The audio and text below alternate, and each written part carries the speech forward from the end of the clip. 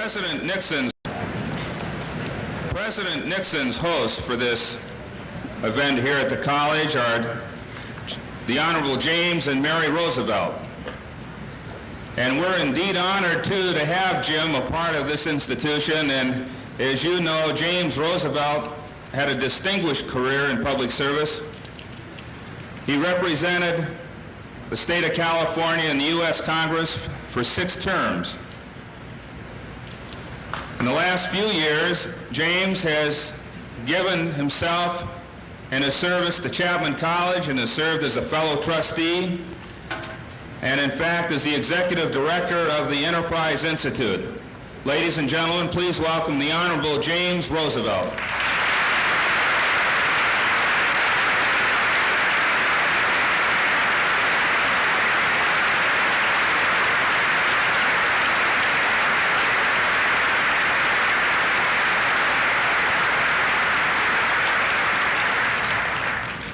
Thank you very much, George. Mr. President, ladies and gentlemen, I was brought up that there was only one way to introduce the President of the United States, and that was a very short introduction. So it's very difficult for me to express to the President my appreciation for the honor he does to come here to Chapman. I'd like to have him meet each and every one of you, but knowing as I do that the great privilege and honor of introducing the 37th President of the United States has come to me, I can only say what is said, I think, by the Speaker of the House as he introduces the President to a joint session. It's a high honor and a great privilege to introduce the 37th President of the United States, the Honorable Richard Nixon.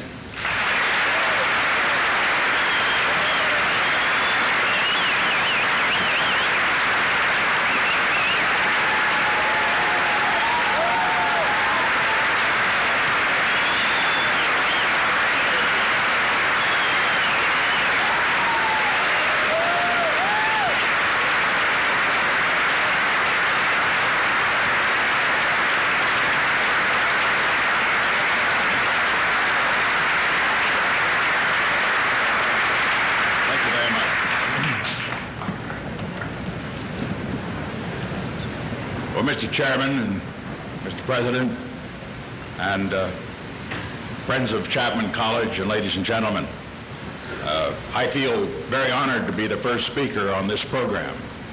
My association with Chapman College goes back almost or over 50 years, I should say. When I was a student in nearby Whittier College, and Ernie Chapman, who was my classmate and friend at Fullerton High School, was a student at what was then California Christian College. I had great respect for that institution then as one of the fine small colleges in the United States. My affection for George Argyros, your chairman, is indicated by the fact that I'm one that always roots for the home team. But whenever the Mariners play in Yankee Stadium, I'm for the Mariners.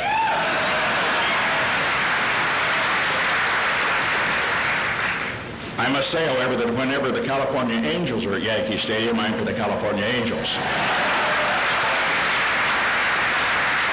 And I'm only glad I don't have to choose between the Mariners and the Angels. Incidentally, as far as your chairman is concerned, since I know he's interested in improving this college, I hope one of his next projects is to air condition this gymnasium.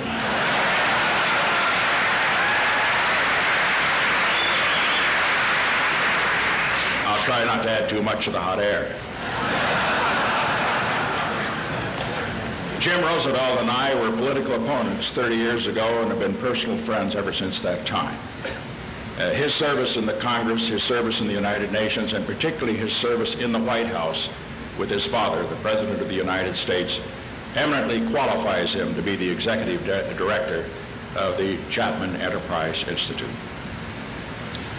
I have chosen for a subject tonight the issue that has been of primary concern to me throughout my period of public service, which began 37 years ago. How can we preserve peace and defend and extend freedom in the world? We must begin with the stark realization of a fact that without a new relationship between the United States and the Soviet Union, there is no chance that peace will survive in the world. And we must also recognize that the prospects for any improvement in the relationships between the Soviet Union and the United States in this election year are very dim. For example, as long as there is any chance, in the view of the men in the Kremlin, that President Reagan's opponent might defeat him in November, they will do nothing to help President Reagan and everything they can do to defeat him. That's why they boycotted the Olympics. And the other reasons they give are just fatuous and phony. But while the prospects for improvement in relations between the Soviet Union and the United States in the short term are very dim for political reasons only that I have just mentioned, the prospects in the long term, I think, are good. They are good because two facts are coalescing that make new relationship, I believe, almost inevitable. One is the United States wants to reduce tension, and the second is the Soviet Union needs to. Put yourself in the Kremlin. See the world as they view it from there. The Soviet Union has enormous military strength, but it has political and economic weaknesses that are incurable. The Soviet economy, for example, is just dead in the water. It's plagued by corruption, by inefficiency, by shortages. And that economy, therefore, is a very, very great weakness. 65 years ago, a young American reporter, Lincoln Steffens, went over to Moscow. He returned ecstatic.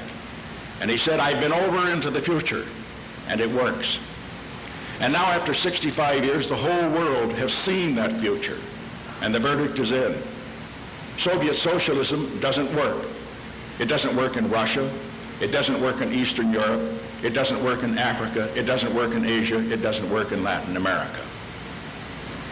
And so under these circumstances, then, this is the weakness that they have to take into consideration.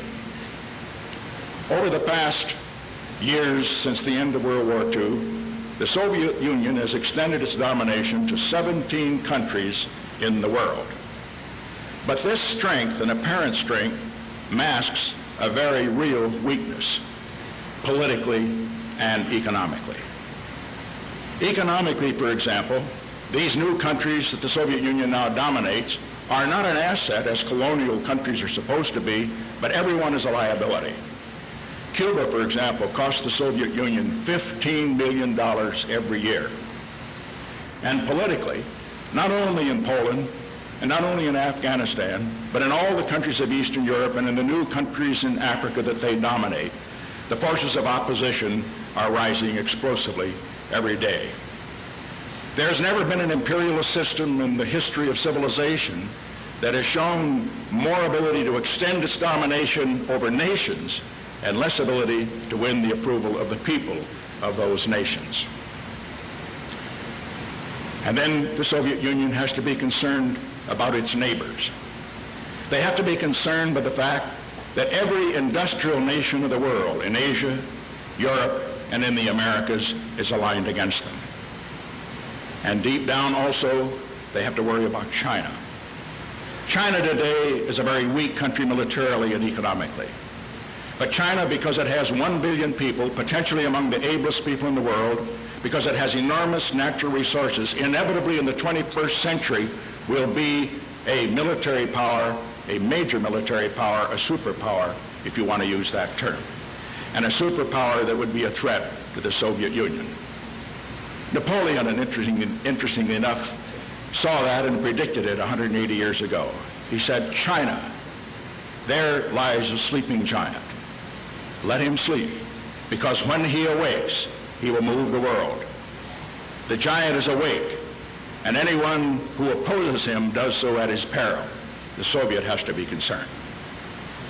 There's another concern I'm sure they have, as we should have it. President Eisenhower used to say, "No one hates war more than someone who's seen a lot of it." Today, I think we could well say, no one fears war more than one who has nuclear weapons and knows that using them might lead to nuclear suicide. Just before his death, President de Gaulle said to Andre Malraux, "Stalin said only one serious thing to me. In the end, death is the only winner." And so as we analyze these facts, we reach some conclusions. But don't get me wrong. The Soviet leaders are dedicated communists. They still want to rule the world. But they are also very calculating realists. They have very grave problems. They face very great dangers. They need to reduce tensions with the United States. And so now what do we do in view of their troubles? And here in this country, we have two very different points of view on that. Two extremes, I would prefer to call them. On the one hand, we have what I call the super hawks. The super hawks point out that the Soviets lie, they cheat, and they're out to do us in. Well, that's true. But on the other hand, they go on to say that because they do these things, we should isolate them diplomatically, squeeze them militarily, gain military superiority, and then eventually the whole rotten system will collapse, and new leaders will come into power that will be less unfriendly to the United States. I wish that were true. But that isn't just going to happen. And the reason it will not happen is that while the Soviets are not good economically, they're not good ideologically, there's one thing they are good at, and they've demonstrated it. They're good at getting power and keeping power. Now, the other extreme, we have what I would call the super doves. And they see the picture altogether differently. They say the only reason the Soviet arms is because we do. And that if we can just convince them we are for peace and reduce our armaments, they will follow and do likewise. The difficulty with that is that they don't know the Soviets. We don't have to convince them we are for peace. I know them, and we don't have to convince them of that. They know that. What we have to convince them of is that they cannot win a war, and that the rewards of peace are infinitely greater than anything they could hope to win from war. To put it very, very simply, what we must do is to take the profit out of war and put more profit into peace. Now, I'm thinking how we're going to reach that.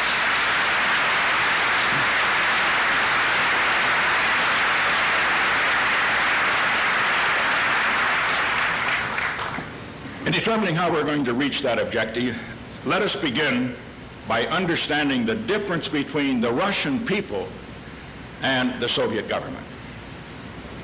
I've been to Russia 5 times over the past 25 years. I've had an opportunity, particularly in the years that I was out of office, to meet ordinary Russian citizens without the protocol that usually inhibits that kind of contact. These are my conclusions. The Russian people are a great people. They are strong, they are vigorous, they're courageous, they're competitive, they're capable of great warmth and great hospitality. They may not like their government, but they love their country. Russians and Americans can be friends, but the governments of the United States and the government of the Soviet Union can never be friends because of our irreconcilable differences, but we cannot afford to be enemies. All that we can hope to do is to develop a process in which we will settle our differences where possible and learn to live with them rather than dying over them when that is not possible. So beginning with that proposition then, let us recognize that we have to have some pillars of peace on which to build a structure of peace. There are 4 of them. One is military power, another is economic power, another is hard-headed diplomacy, and a third is ideological power.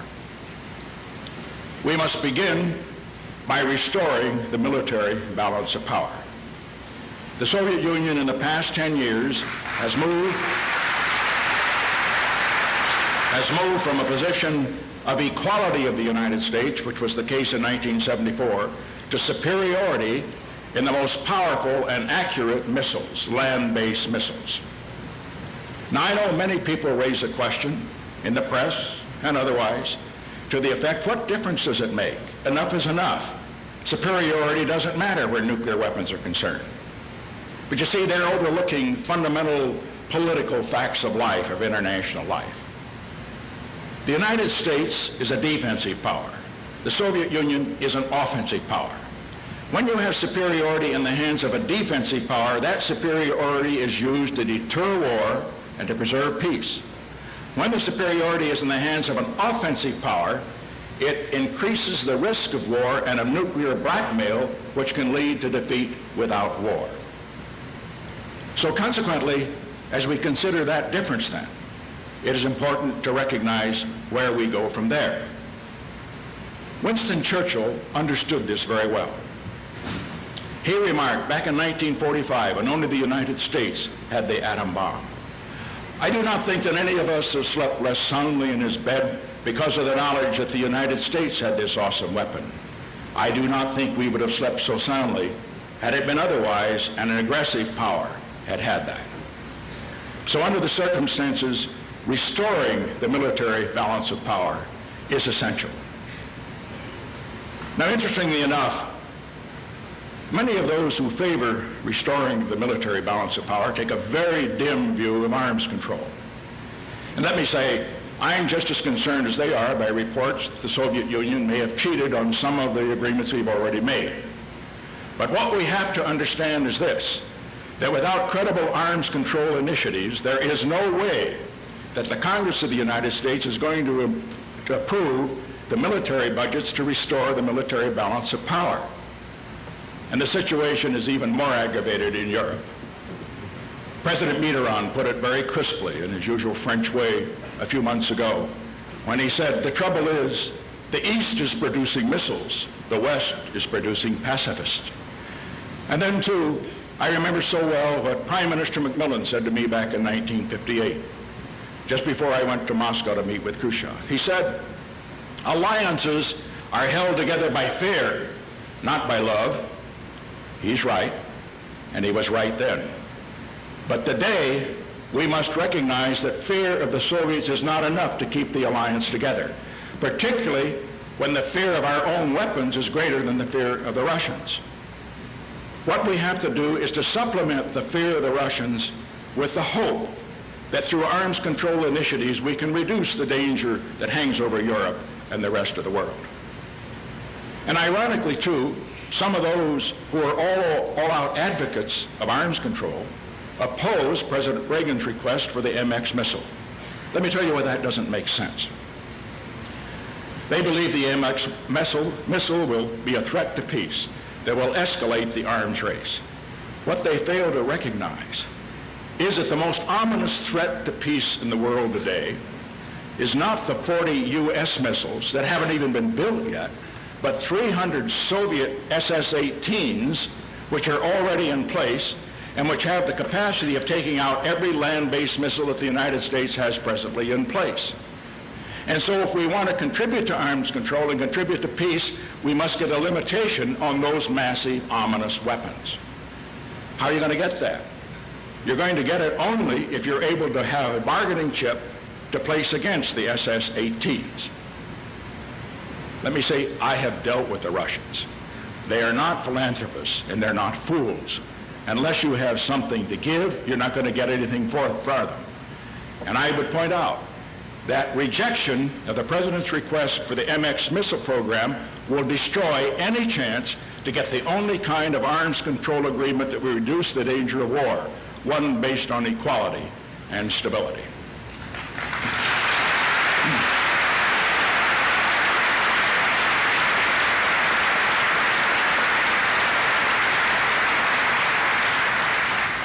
Let's turn to the second pillar of peace, economic power. Here it's no contest whatever. You know, as we all know, that the United States and the West outproduces the Soviet bloc by a huge margin, 3.5 at least to 1. And never, however, has so much power been used so inefficiently in using it as a lever for effective foreign policy. What we have to recognize here is first that I'm not suggesting that simply having trade is going to bring peace. Nations that have traded with each other have fought each other in World War I and in World War II. And of course we must avoid trade in any kind of strategic goods that might directly increase Soviet military capability, but trade in non-strategic areas and massive trade in those areas, provided the United States is joined by its allies in Europe and Japan, can be used as a carrot and a stick, as an incentive for good behavior and as a disincentive for bad behavior. I'm not suggesting that economic power is a substitute for military power. It is a supplement to it. The purpose of our military power is to remove any incentive for the Soviet Union to wage war. The purpose of our economic power is to give them an incentive to keep the peace. What I am suggesting, therefore, we should use the massive economic power that we have to give the Soviet Union an economic stake in peace.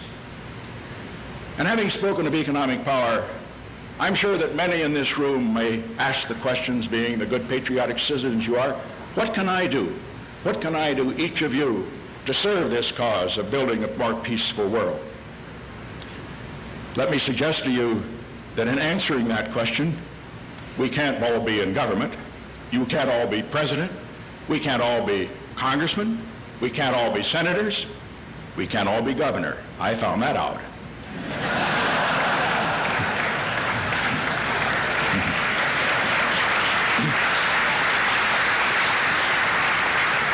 And so did Jimmy Roosevelt. But what we have to understand is that the strength of America is not in its government, but in its people. Governments can only spend what people produce. Governments do not create wealth, they consume it. And that is why I say that in order for the United States to have an effective foreign policy and to play a responsible role in the world, it is indispensable that the United States have what the Chapman Enterprise Institute is dedicated to, a strong, free, domestic American economy.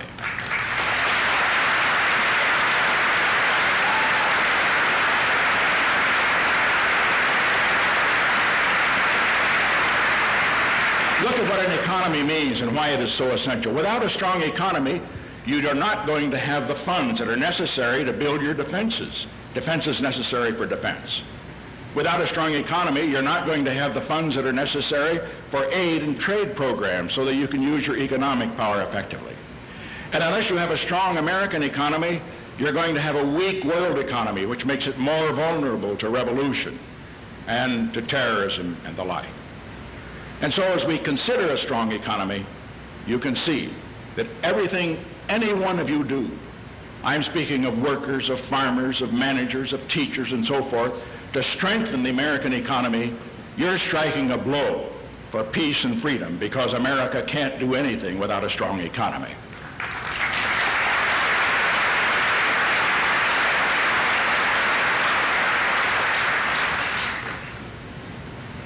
Let us turn to the third pillar of peace. This is what I call hard-headed diplomacy. And speaking of hard-headed diplomacy, let me just discuss one facet of it tonight with which I am quite familiar: symmetry. As some of you may recall, 4 years ago in my book, The Real Peace, I advocated a resumption of the policy we had in 1972, 73, and 74 of annual summits with the Soviet leaders. Let us analyze what summits can do and what they cannot do. One purpose they serve, totally apart from anything you achieve substantially, is to reduce the greatest danger that might bring on nuclear war, which is miscalculation. The likelihood of either of the major powers planning over a period of time to embark on a nuclear war is very, very small. But miscalculation as a result of one misinterpreting or not understanding the will of the other is the greatest danger. Meetings at the summit can reduce that danger. It doesn't mean that when leaders meet they're going to like each other. They may not like each other even less. But it does mean each will have an opportunity to take the measure of the other. And each will know just how far he can go without pushing the other to the point where he feels it necessary to respond. That therefore serves the cause of peace. We have to understand, on the other hand, there are some things that symmetry cannot accomplish.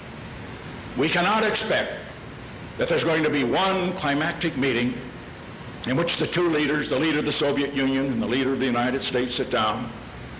They get along well together. They decide that their differences are only the result of a giant misunderstanding. And then after they conclude their meetings, what they do is to shake hands, exchange bear hugs and kisses on the cheek, and then champagne toasts, and then go away and live happily ever after. That doesn't even happen very often with friends. It never happens with potential enemies. What we have to understand is the Soviet Union and the United States have profound differences. Some of them will never be settled. All we can do is to set up a process through symmetry and otherwise where we establish rules of engagement for continued conflict which will prevent those differences from exploding into war. I recall, and I use this as an illustration of summit meeting, my last meeting with Brezhnev, 1974. Incidentally, when you meet with the Russians, you've always got to expect the unexpected. I recall, for example, my first meeting with Khrushchev, and he proceeded to take me on in a debate, and of all places, in a kitchen in a model American home at an American exhibition in Moscow. And then in 1974, the meeting with Khrushchev was in 59, of course. In 73, I should say, out here in San Clemente. In my meeting with Brezhnev, he woke me up in the middle of the night. We went up together in my library in Casa Pacifica, and for 3 hours, he harangued me about the Mideast. And that was a bit unexpected, too, particularly since we had a very pleasant dinner in which he'd thrown his arms around me and said we were going to be friends forever.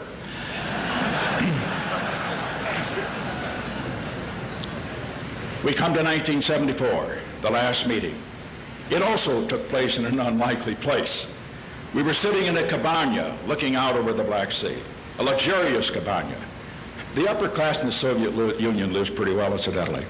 And we're looking out over the Black Sea, and it was there that we had the final and the most important discussion of our efforts to reach agreement on an arms control agreement, a second arms control agreement. We'd had the first one, as you recall, back in 1972.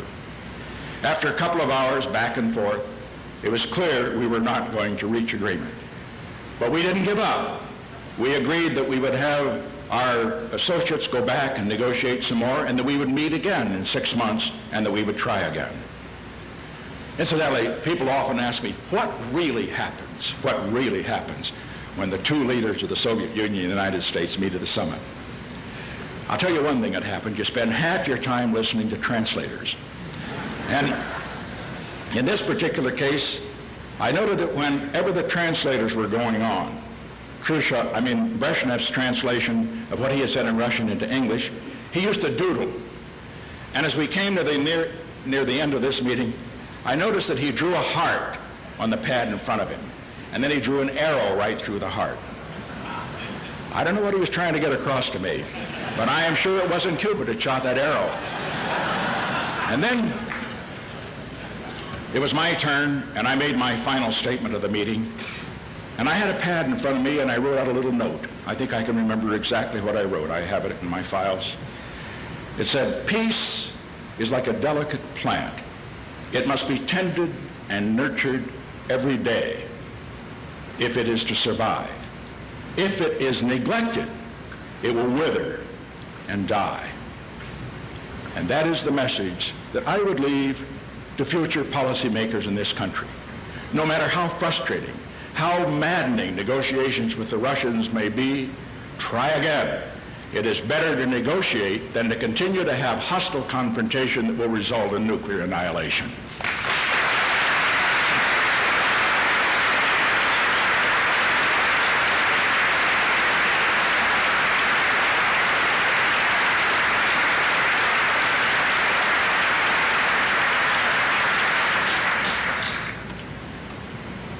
Let us now turn to ideological power. It was Napoleon, ironically, who made the statement many years ago. He said, there are only two powers in the world. The power of the power of arms and the power of the spirit. And the end, the spirit will always prevail over the, there are only two powers in the world. I'll get it right this time.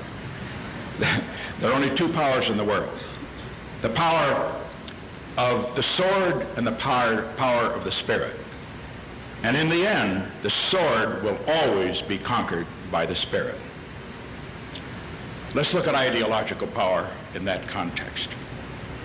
Here, the most important geopolitical development since the end of World War II was not, as many thought, the opening to China, which was very, very important.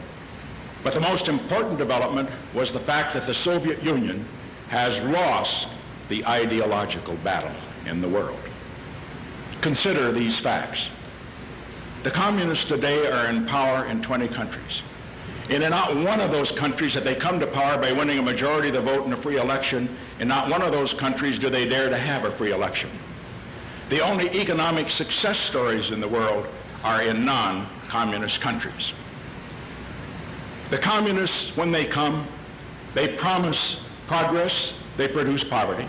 They promise liberation, they produce tyranny. They promise justice, they produce injustice. And that is that record there to see. The only way that the communists in the future, the Soviet, are going to be able to extend their domination is through the power of their arms, never by the power of their ideas. But we must consider another fact. The fact that the Soviet Union has lost the ideological battle in the world does not mean the West has won it. I understand that in this audience at Chapman are many students from all over the world, perhaps some from third world countries. I've been to 90 countries in the world. Let me talk and think with me a moment about the third world, what it is, what it means, what the stakes are. That will determine the future of the world because the balance of power in there. 3.5 billion people live in the third world. You know what their average per capita income is? $500 a year. We have some poverty in the United States, but believe me, you have never seen poverty until you have been to some third world countries. I saw it particularly in the faces of children. Hundreds of thousands of them lining the routes of our motorcades in Egypt, in India, in Bolivia, in Ghana. Little thin pinched faces and the eyes just as big as saucers, waving paper American flags as the parade went by. Their lot is not our fault, but it is our responsibility. What we must understand is the people in this part of the world have enormous problems. The communists at least talk about the problems, and too often we just talk about the communist. That is not worthy of America. America is a great country. And America became great not simply because of what we were against, but because of what we are for. Woodrow Wilson, just 71 years ago, speaking at Independence Hall in Philadelphia, said it very well when he said that a patriotic American is never as proud of the flag under which he lives until it comes to mean to others as it does to him, a symbol of hope and liberty. What we must understand is that we must show concern for the people in this third world, concern for their plight, and let them know that we are concerned even if there were no communist threat in the world. We must make it clear that we're not for the status quo, which leaves millions mired down in hunger and misery and disease. That we're not just against the communist way, even though it would make it much worse, but that we are for a better way, a way in which all people may share in the progress that we are fortunate enough to make toward more freedom, more justice, more prosperity in the United States of America. And by doing that, that is the most effective way to counter the communist way.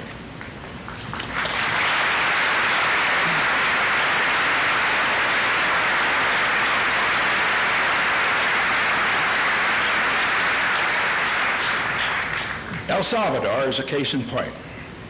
Let's have a good candid discussion of that. What the stakes are. First, I was in El Salvador in 1955. I have never seen a country that needed a revolution more. I have never seen a greater gap between rich and poor than in El Salvador. They needed a revolution. The only question is, what kind of revolution is going to help? Are the people of El Salvador going to be ruled by a government that they have chosen by their ballots, which, though not perfect, promises some chance for progress and some human rights? Or are they going to be ruled by a government imposed by bullets, which, like Cuba and Nicaragua, provides no hope for progress and no human rights? The choice, putting it very directly, is not between President Duarte and somebody better, but between President Duarte and somebody worse. Now, I know there are some who say the problem in El Salvador is communism, and what we need is more military aid to prevent the communists, to provide security. And others will go to the other extreme and say, oh, the problem is poverty there and in Latin America. And what we need is more economic aid to provide progress. What we need is both.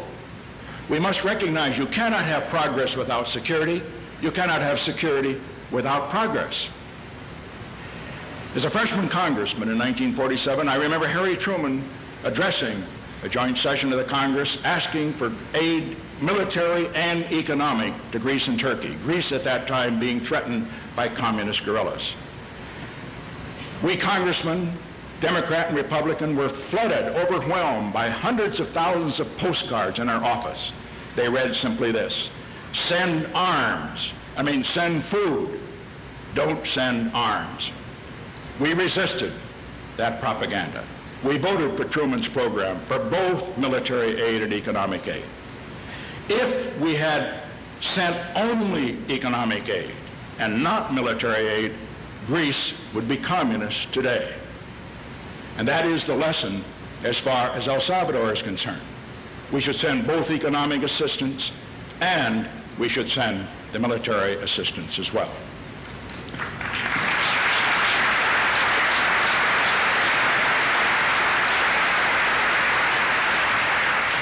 As you know, the polls indicate that President Reagan would be well advised to back off of his strong position in support of the newly elected government in El Salvador.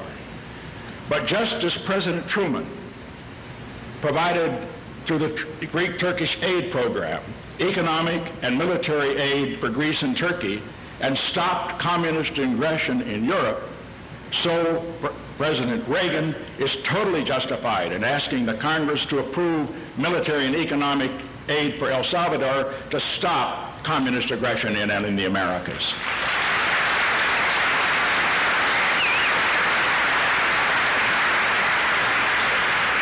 He is standing firm for what is right. Right for the people of El Salvador, and right also for the people of the United States. Consider the stakes for us. If the present government falls, if the communists prevail, these are some of the things will happen. The Soviet Union will have another military base in the Americas 8 missile minutes from Washington, D.C. In addition to that, the Panama Canal will be threatened. Hundreds of thousands of refugees will flood across the border into the United States. And then there's another concern deep down in the future. It was de Gaulle who said many years ago, before El Salvador was even an issue, Central America is an incident on the road to Mexico. And so you see, we are not only helping them, we are helping ourselves. And President Reagan, by taking the right stand, is taking the stand in which those who stand with him will be on the right side of history.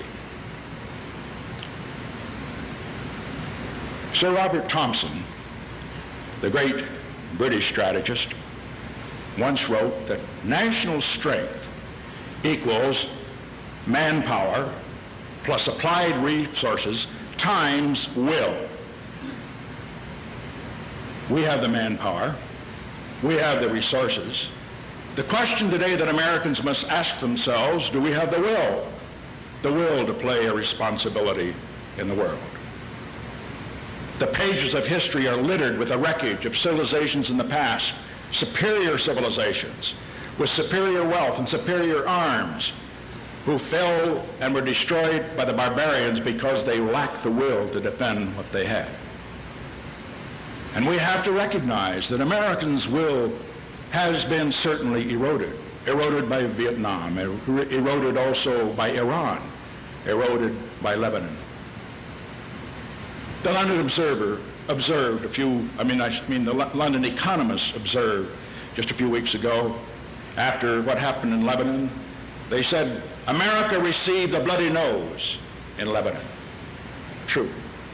But just because you get a bloody nose doesn't mean you throw in the towel. America's a great nation. And a great nation must be mature enough to understand that we don't win all the time. And remember this, defeat is never fatal unless you give up. And America will never give up.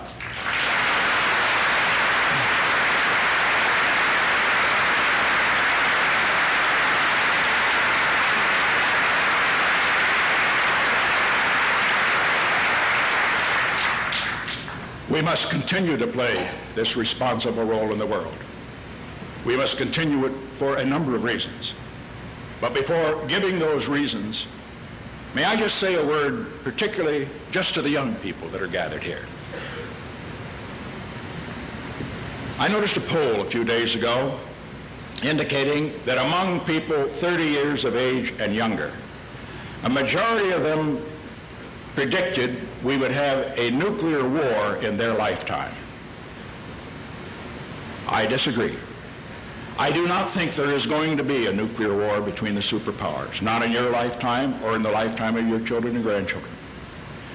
I believe you are fortunate in that you're going to live in an era when you're going to see the greatest progress in freedom and justice and prosperity for people of the United States and other places in the world in the whole history of civilization.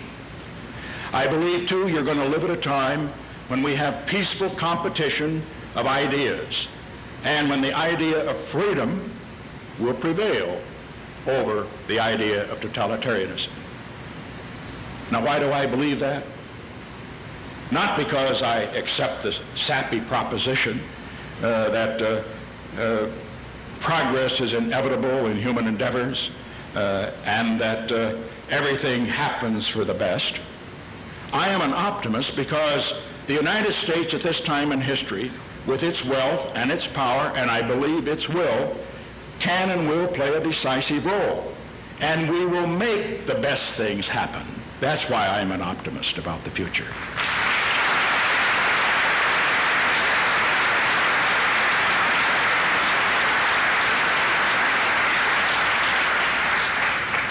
But to make those things happen, the United States cannot, we must not turn away from our role of leadership in the world.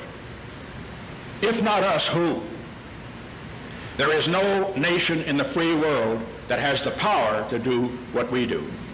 And if the United States withdraws from the scene, it will only mean that the rest of the free nations will be living virtually in terror, because they will be subject to totalitarian aggression. But we should play this role also, not just for others, but for ourselves. The United States cannot be at peace in a world at war. The United States cannot have a healthy American economy in a sick world economy. And when freedom is destroyed any place, it's threatened in the United States. There's another reason, one that cannot even be measured in material terms. President de Gaulle once said, France was never her true self unless she was engaged in a great enterprise. He is correct. That is true of nations. It is true of individuals. It's true of every man and woman in this room.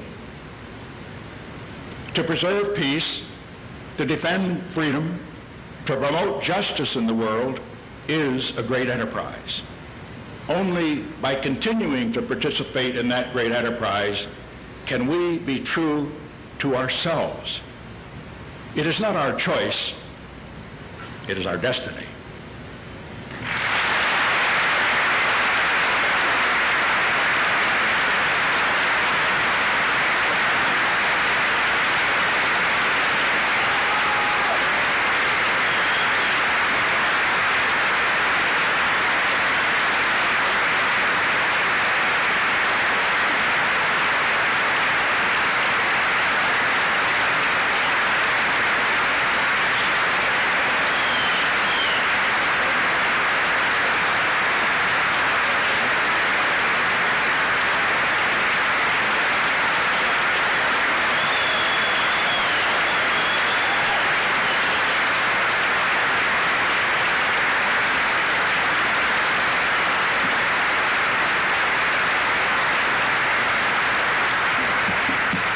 Thank you very much. I wanted you to know I'm going to contribute this handkerchief to the new fund for the cooling of these gymnasiums.